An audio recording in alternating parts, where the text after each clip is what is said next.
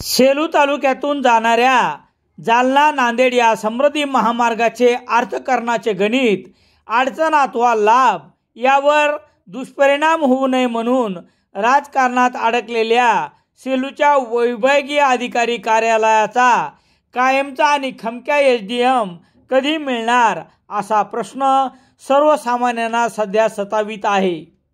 राज्यात विधानसभा निवडणुकीची आचारसंहिता लागण्यापूर्वी उपविभागीय अधिकारी असलेल्या संगीता सानप यांना अचानक पदावरून हटविण्यात आले।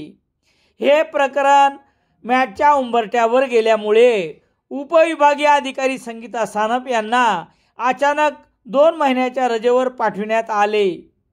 त्यांची 2 महिन्याची मुदत आता 10 डिसेंबर रोजी संपणार आहे। त्यांच्या रजेच्या प्रकरणामुळे येथील उपविभागीय अधिकारी कार्यालयाचा पदभार हा प्रवीण फुलारी यांच्याकडे देण्यात आला होता। 17 ऑक्टोबर 2024 रोजी या पदाचा पदभार स्वीकारला आणि विधानसभेची निवडणूक प्रक्रिया पूर्ण केली। 21 नोव्हेंबर रोजी हे पद त्यांनी सोडले। आता जवळपास 19 दिवस सेलू उपविभागीय अधिकारी कार्यालयाला हक्काचा SDM अधिकारी नसल्याने येथील पदभार नेमका कोणाकडे आहे हे सांगणारा एकही जबाबदार अधिकारी येथील कार्यालयात उपलब्ध नाही।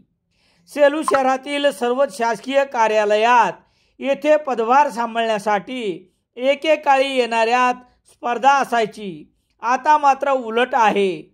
सुदैवाने संगीता सानप सारख्या एखादा अधिकारी आलाच तर त्यांना कामकाज करण्यास मदत करण्याऐवजी हुसकावण्याची स्पर्धा चालत आहे आणि ही स्पर्धा समृद्ध होण्यासाठी तर नाही ना असा प्रश्न सर्वसामान्यांना भेडसावीत आहे। संगीता सानप 2 महिन्याच्या रजा संपून येतात का पुन्हा त्यांना हटविणारे यशस्वी होतात हे 10 डिसेंबर रोजी कळेल।